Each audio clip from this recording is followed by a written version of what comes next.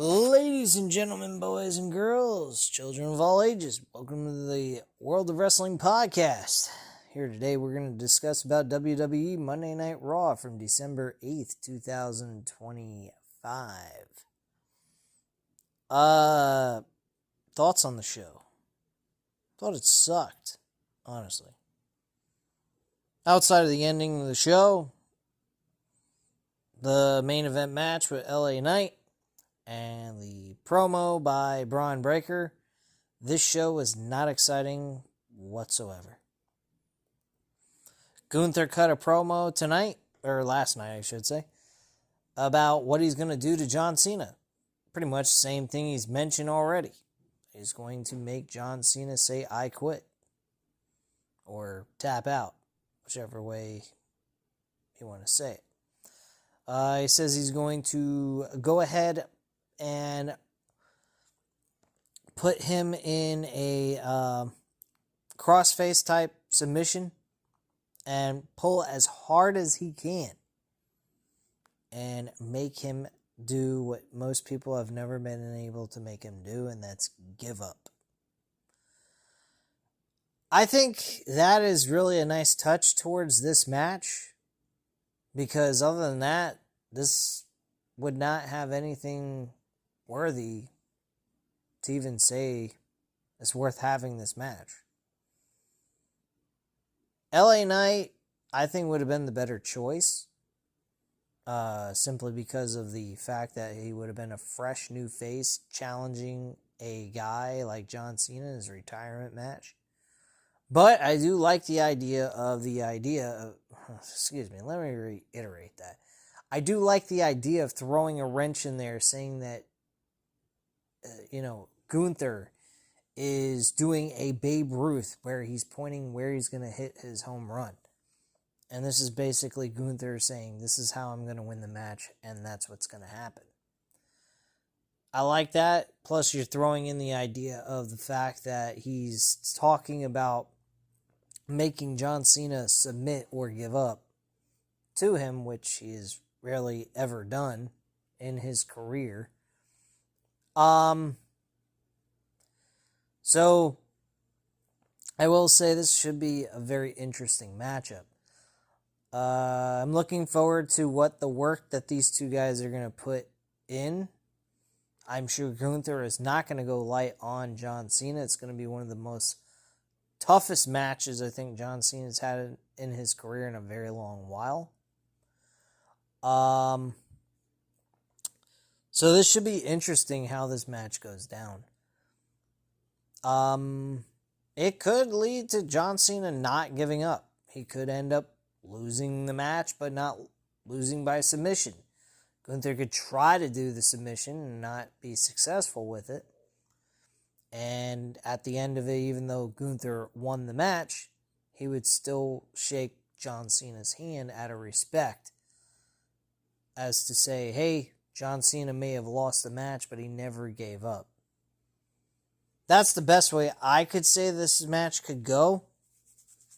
The other way, which I don't know if that's really a good move, having John Cena actually tap out. Literally tap out to Gunther. I don't know if that's a good way of putting John Cena away in his retirement. I mean, technically a lot of people wanted to see John Cena quit, give up, whatever that may be. I don't know. It should be interesting how this match goes down. But other than that, nothing too exciting out of this, I expect. I mean, Gunther winning against John Cena, Gunther doesn't even really need this match, personally. But it is what it is. Anyway. What else do we got going on here?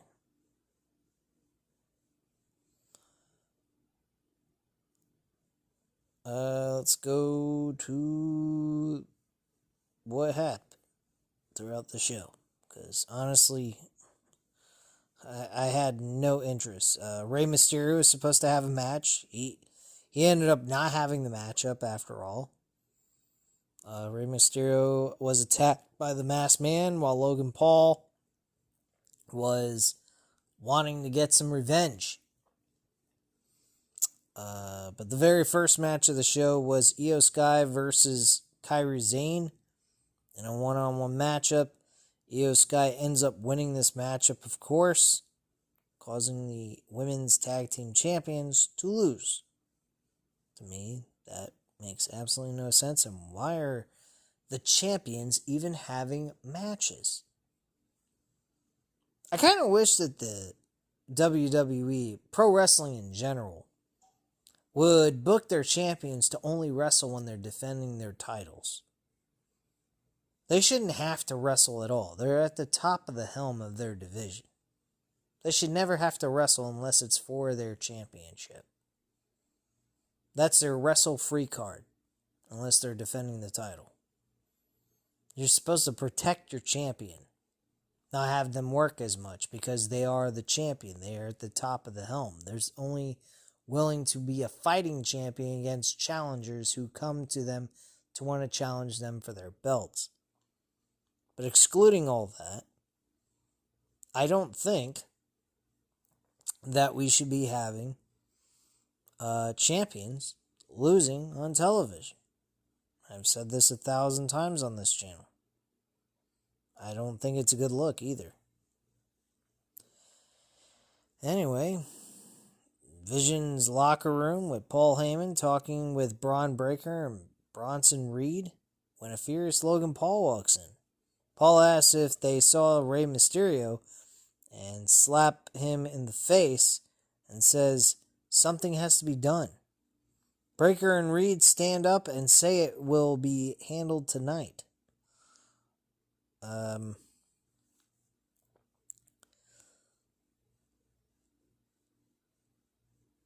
Anyway, Paul asks to talk to Heyman, and Paul says this Rey Mysterio situation is getting handled tonight.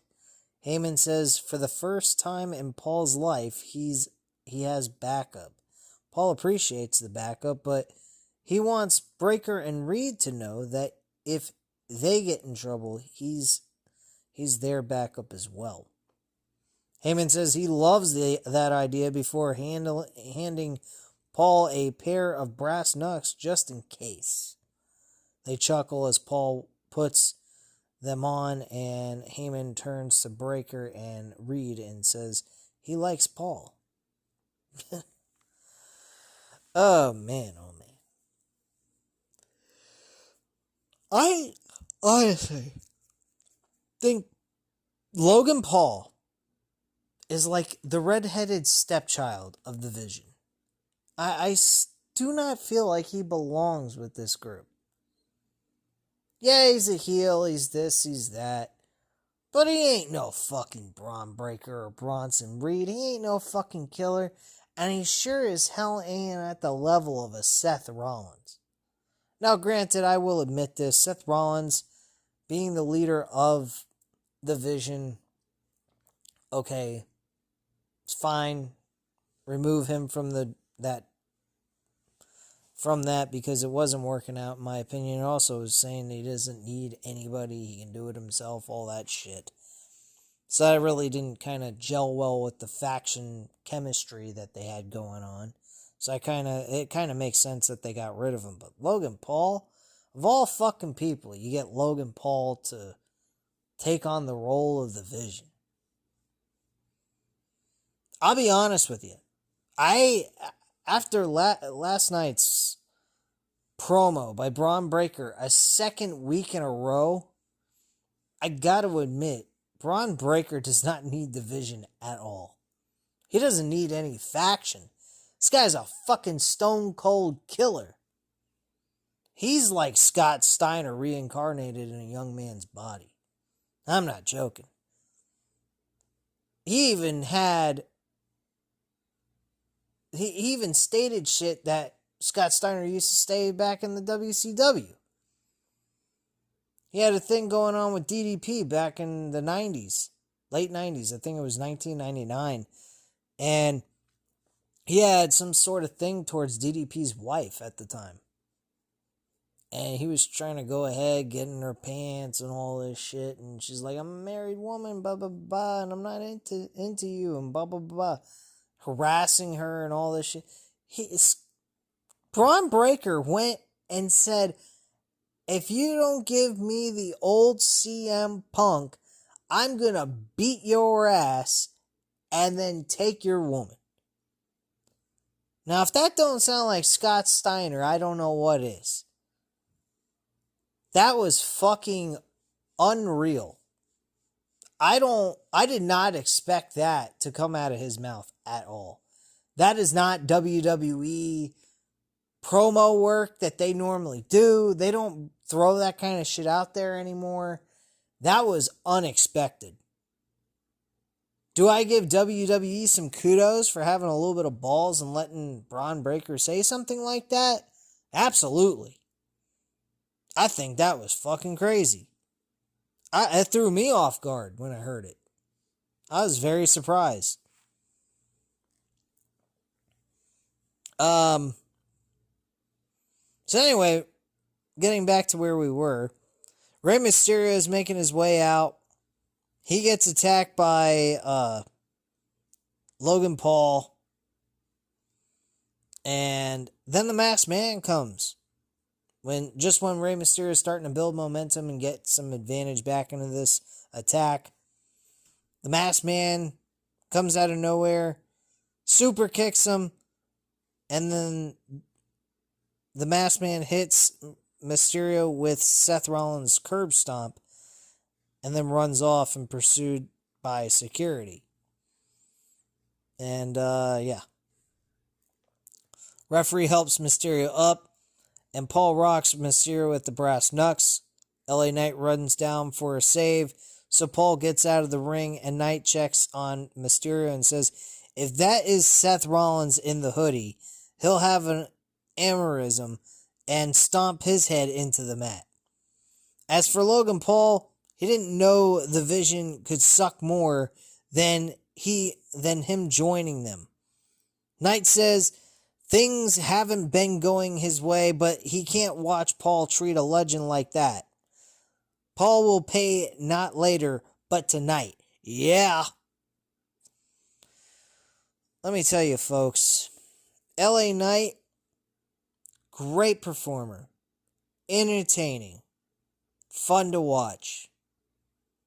But for some fucking crazy reason, I don't know what it is, but WWE Creative will not pull the trigger on LA Knight being a main eventer for that World Heavyweight Championship. Now, don't get me wrong. I want to see Bron Breakker win that WWE World title from CM Punk.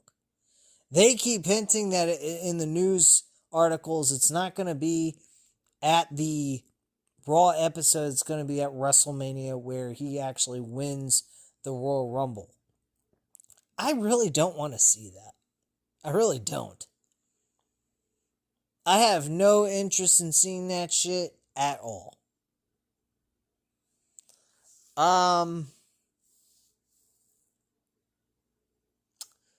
Personally, Bron Breakker winning the WWE World title on Raw is the best option to go with. It's pointless to have him lose the match, win the Royal Rumble, get a World Championship opportunity again, and then win the World title at WrestleMania. What is the fucking point? You already dug yourself a hole and left yourself with no option, logically, to book Bron Breakker to win the Royal Rumble when you're booking him in a World Championship match before the Royal Rumble. It makes absolutely no sense. It's convoluted. It's very redundant and very stupid. It's going ass backwards. If you're going to want him to win the Royal Rumble, you shouldn't book him for a world title match on Monday Night Raw. That's the way I see it. I think that this is the direction we need to go. We need to have These are 3 matches I'm already predicting could possibly happen, and I hope do happen. We get Braun Breaker winning the world title, thanks to the help of the Masked Man. CM Punk gets screwed. He loses his mind. He wants to find out who screwed him out of his world championship run. He thinks it's Seth Rollins. He wants to go after Seth Rollins and blah, blah, blah. He finally gets a hand on the Masked Man, and he finally revealed that it's actually Austin Theory the whole entire time. We get a grudge match between CM Punk and Austin Theory at WrestleMania. I think that's a little bit soon for Austin Theory to be having a match like that type of level at an event that big. But hey, what the fuck, man? This company needs it needs to rebuild itself. It has too many old guys. I guarantee you, if we calculated the average age of this roster, I guarantee it'd be in the early 40s or mid 40s in age. You do not have young talent on this roster being pushed. You need to push the younger talent. The names that are the go-home true guys that you know of that are main eventers already, they're not going to be there for much longer. We're losing John Cena already. We're losing AJ Styles. There's also been a new report going around that Brock Lesnar is looking to retire at SummerSlam this year. So at SummerSlam, we may be seeing Brock Lesnar gone. Rey Mysterio may be gone, more than likely. I would imagine so. I mean, shit, his son's doing some pretty damn good work. I don't think anyone's going to miss Rey Mysterio. As great of a legend and as a wrestler that Rey Mysterio is, at his age even, he's good, but he needs to go ahead and retire and enjoy his old age. Do something in the back. Get involved with the young kids. Help them grow. Get them improving. Take these older talents that have been doing this shit for so long and use their intelligence, their brains, to help these kids improve and get fast-tracked into a main event scene, in a main roster scene, so we can have younger talent on this roster. This roster is full of fucking old dudes that have been around since I was in my fucking mid-teens or some shit. I mean, this is absolutely ridiculous. Drew McIntyre is getting up there in age. Cody Rhodes is going to get up there in age eventually. I'd say Cody Rhodes has got another, I'd say maybe 5 to almost 10 years. He's got a good length of time. Drew McIntyre, he's got some time left. I'd say another 5 to 8 years maybe, depending on how well his body's holding up. The Miz is nowhere to be found. Who the fuck cares about him? He's a lost cause. Forget about him. This roster is dead on sight, man. It needs young blood on it. The women's division needs young blood. These women that they got on this roster are getting old too. I mean, Asuka is fucking old. I think she's 46 years old or some shit? Let me look this up just to make sure I'm right about the age.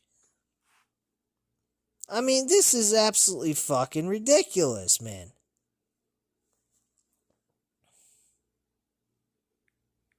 Let's see this. Okay, what's Asuka's, Asuka's 44 years old. I mean, the woman's been in the business for a long time. Fucking, let's get her moved on. She is old as shit. No offense to her age. I'm not trying to be insulting because she's old. Or because she's more, because of her age. I'm not trying to hate on her because of age. I'm just saying that they need younger talent. When you have a team let's say a football team, all right? You get 53 players on a team, 54 players on a team, and your average age is about 35. It's time for to revamp the roster. It's time to get some young blood on it. It's time to release some of these old folks. Get them off your roster and move on. Draft some young guys. That's what they need to be doing with the WWE. The WWE starts to collect more and more young talent into the NXT roster. Move those guys that are on the NXT that are already established and feel safe that they'll do fine on the main roster, and move them on to the main roster. Ricky Saints, Oba Femi, those two motherfuckers need to get in the main roster already. They've been down there long enough. Ricky Saints has already been on the main scene before as Ricky Starks. The guy has already proven he can make it on a big stage. The guy had a fucking awesome match with Chris Jericho. I mean, the guy is ready. There's no doubt about it. He only should have been there for like 6 months and then moved up to the main roster. The guy's been there for almost, I think probably a year. He's been there for a fucking year. What the hell are they doing with him? The hell? He lost the damn title. Make him move on. Have Oba Femi move on to the main roster after he loses the NXT title at the next fucking pay-per-view. Whatever fucking PLE event they're going to do for NXT. But come on, man. You got to get some young blood on this roster. This roster is fucking old as shit. Don't get me wrong. I love the older talent. I think they're amazing. And I hate to see them go, but things got to change, man. It's got to change. Anyway, we have AJ Styles and Dragon Lee defending their tag team titles against the War Raiders. Great, wonderful. They win the match. AJ Styles and Dragon Lee.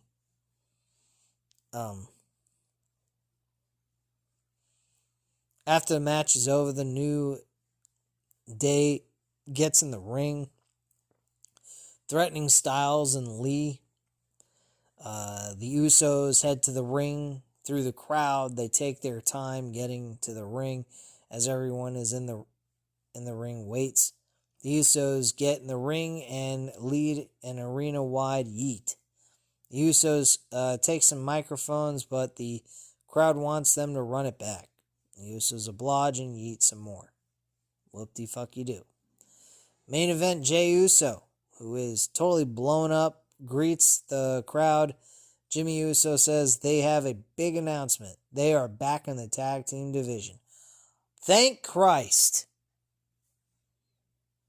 Tag team division definitely needs their assistance. Because let's face facts.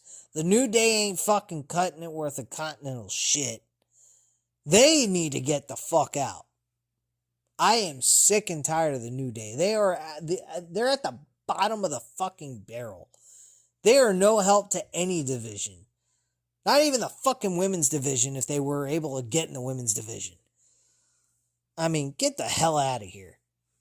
New Day absolutely fucking blowing. Grayson Waller being a part of this group it's just fucking disgusting. I don't even care for Grayson Waller. I think he absolutely sucks. He's worse than the damn Miz. But yeah, they're wanting to go after tag team gold. The Jey Uso experiment is over. It did not. They tried. They rolled the dice. I give them credit. They tried to do something with someone new that's not really a singles competitor, and it worked for a while, but it lost its steam. It really did. I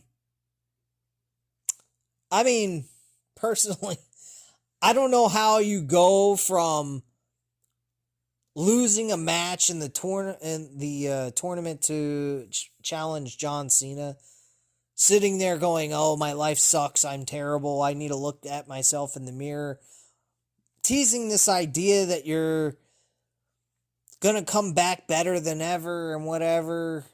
And then all of a sudden you come back and you're with Jimmy Uso saying you're going to the tag team division. I guess apparently he accepted the fact he absolutely sucks as a singles competitor and said it's time to go back to what I'm good at. Tag team wrestling. So basically at the end of the day you were basically telling the audience that Jey Uso submitted to the idea that he sucks as a singles wrestler. Oh my gosh. I'll say this much. I'm thankful Jimmy now has something to do, because let's face facts, Jimmy wasn't doing absolutely nothing. I'm surprised Rikishi wasn't complaining about Jimmy not having nothing to do as a singles competitor. At least mid-card wrestling, competing over the U.S. and Intercontinental title. He did that once and failed miserably against Solo Sikoa. But, at least have a fucking run with the United States Championship at one point. I didn't hear any news going on about Rikishi being mad about Jimmy Uso not doing anything singles-wise. But his son Jimmy, oh shit, Jay didn't do anything. Why, the whole world was coming to an end for Rikishi. Like, give me a fucking break, bro. Get the fuck out of here. Anyway. They have face-to-face with the fucking New Day, talking about how they're going to run it back with the New Day and rivalry of tag team wrestling like Joe Frazier and Muhammad Ali and The Rock and Steve Austin. I'm just going to myself, what the fuck is this shit? But, yeah. Oh, yeah. But yeah, they pretty much come face to face with AJ Styles and AJ Styles and Dragon Lee, the Usos, and that's how that ended. Going back to what I was talking about, I mentioned one thing that they needed to do for WrestleMania. I think Braun Breaker should win the world title. CM Punk's opponent should be the Masked Man, who's being revealed as Austin Theory. I think LA Knight should come back and win the Royal Rumble and win the world, maybe win the world title from Braun Breaker. They could always go right back to Braun Breaker trying to win the title back. I don't see anything wrong with that. He is young. You could take it as him having a learning experience with the title. It doesn't have to be a super long reign. And LA Knight can have a run with the championship.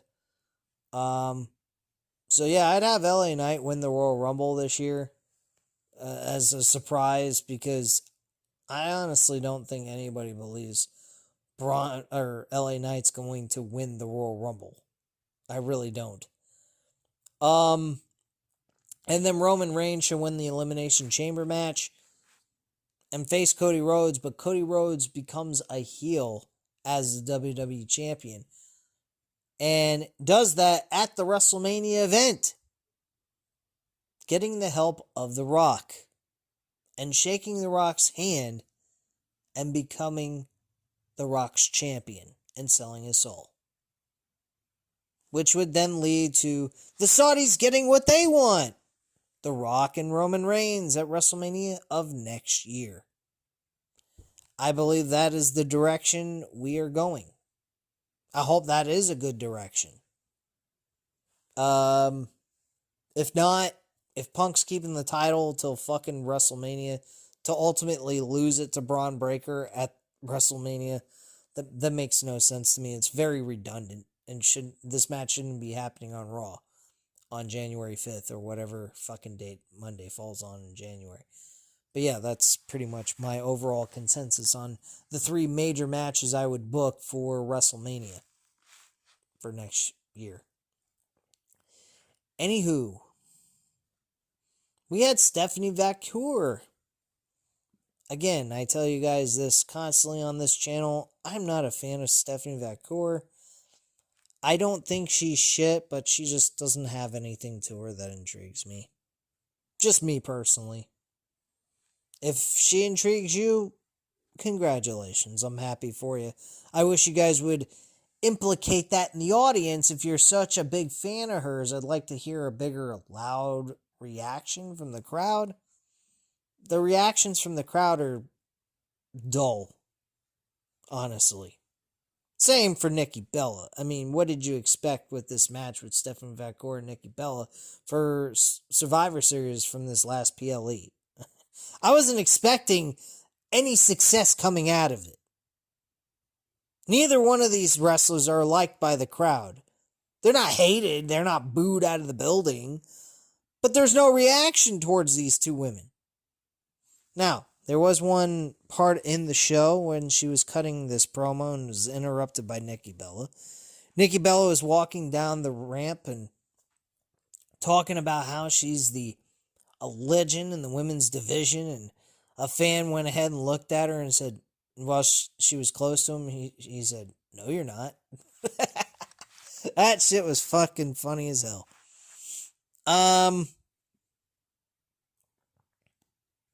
But honestly, I wasn't impressed with this. This was a joke. She's coming down. Then Raquel Rodriguez I would say maybe in a sense saved the day. But it wasn't exactly what I would call the greatest thing in the whole wide world. But at least she saved us from another Stephanie Vacour Nikki Bella match from ever taking place. So Raquel Rodriguez is putting her hat in for an opportunity for the women's world title. And that was pretty much that. LA Knight is warming up. He'll be facing Logan Paul later in that match, in that show. Judgment Day Clubhouse, we had Finn Balor with Dominic Mysterio, Liv Morgan, and Roxanne Perez. Balor is happy he didn't have to wrestle tonight. Raquel Rodriguez walks up and Morgan asks what that was about. And Rodriguez says she doesn't have to run everything by Liv Morgan. I thought that wasn't the case anymore. Nikki Bella interfered in her title match in a few weeks back, so that was payback. Liv then changes her tune and supports Rodriguez. Rodriguez walks off, and Morgan gets a crazy look in her face before smiling and turning to Perez, saying she'll be in her corner tonight. Morgan says they're going to go for the tag team titles and pulls her away. Balor shrugs and Mysterio says they're bonding. Oh, yeah. Bonding, sure. Lyra Valkyria versus Roxanne Perez.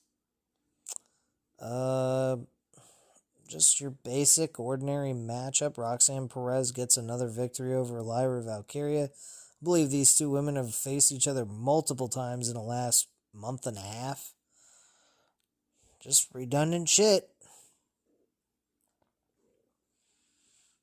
Maxine Dupree in a training video, intensely under Natalia's tutelage. They then wrestle, and Dupree forces Natty to tap out to an ankle lock, and Dupree gets up and says, "Again." I like this video package. This was good. A second week in a row, not bad. I thought this was pretty successful. I hope we see a different Maxine Dupree. If anything, if they happen to make Maxine Dupree drop the Intercontinental Championship, Natalya and Maxine Dupree could make a very good tag team to help out the women's tag team division. Or have Natty go after the Intercontinental Championship, turning on Maxine Dupree and becoming a heel teacher. I mean, usually you see the student turn on the teacher, and this time around it'd be a little different.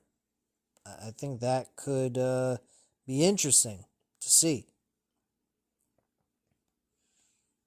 Anyway, we move on to the main event.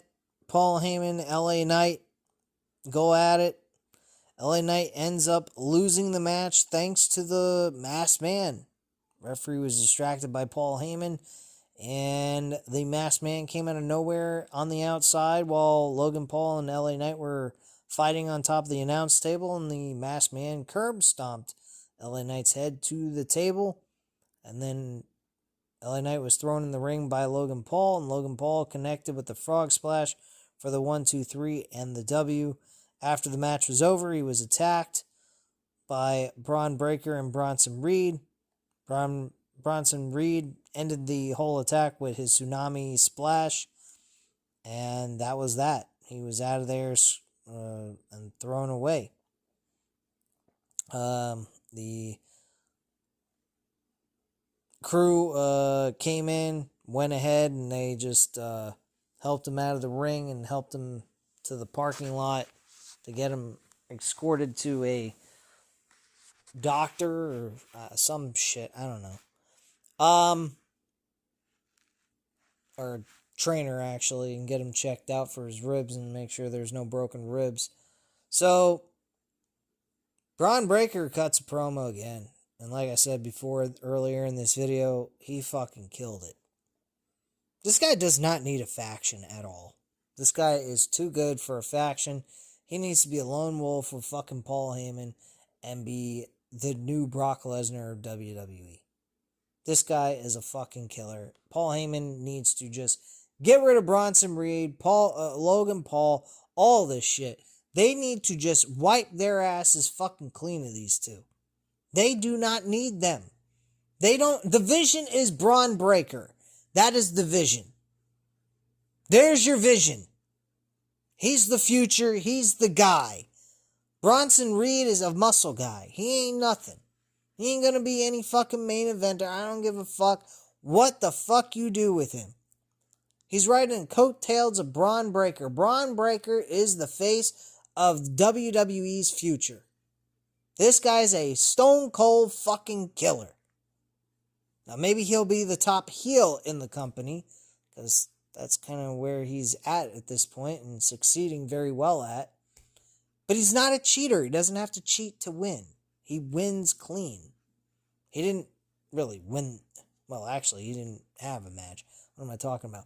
But he has matches where he wins clean. He gets on his hands and knees. Hands and knees, folks.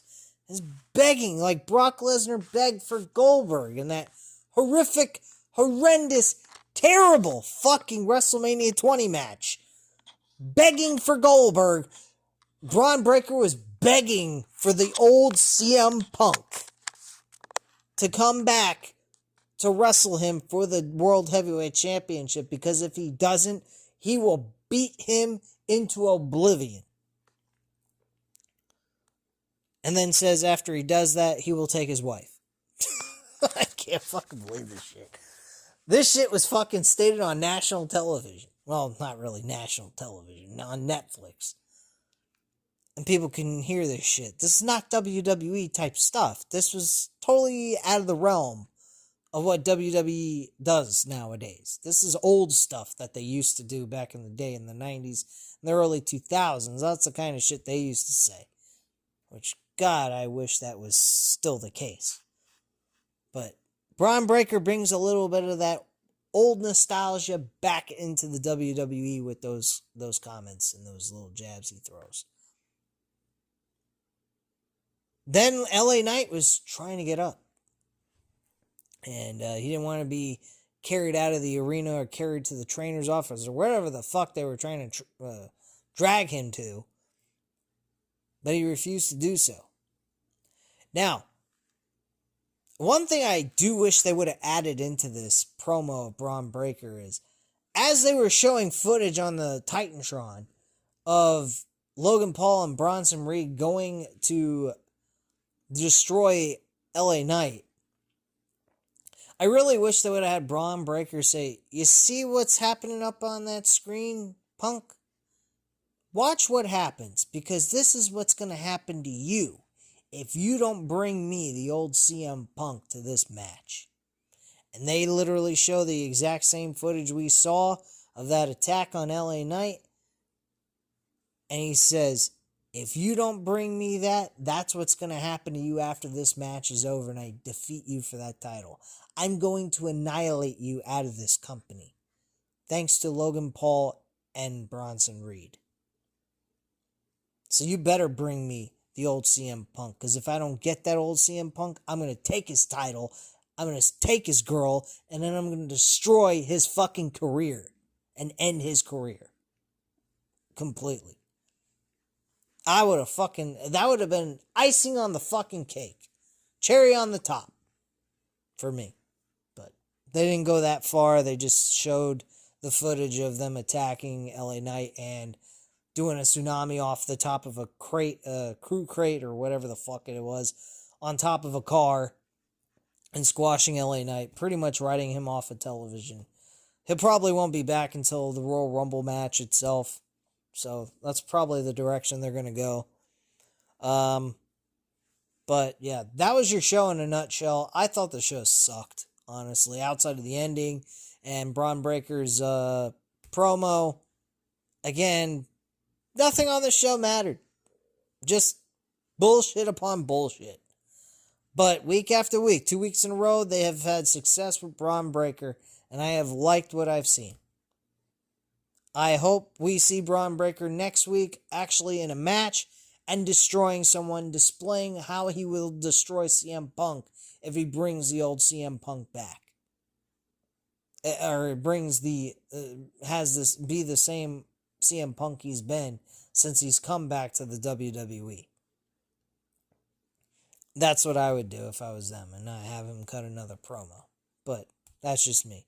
But anyway, guys, at this time, you know what to do. Hit the like button if you like this video. Hit the subscribe button if you're not already subscribed to the channel. And leave a comment down below. I'll definitely get back to you on that. Thank you guys very much for watching. And have a great night, guys. Bye.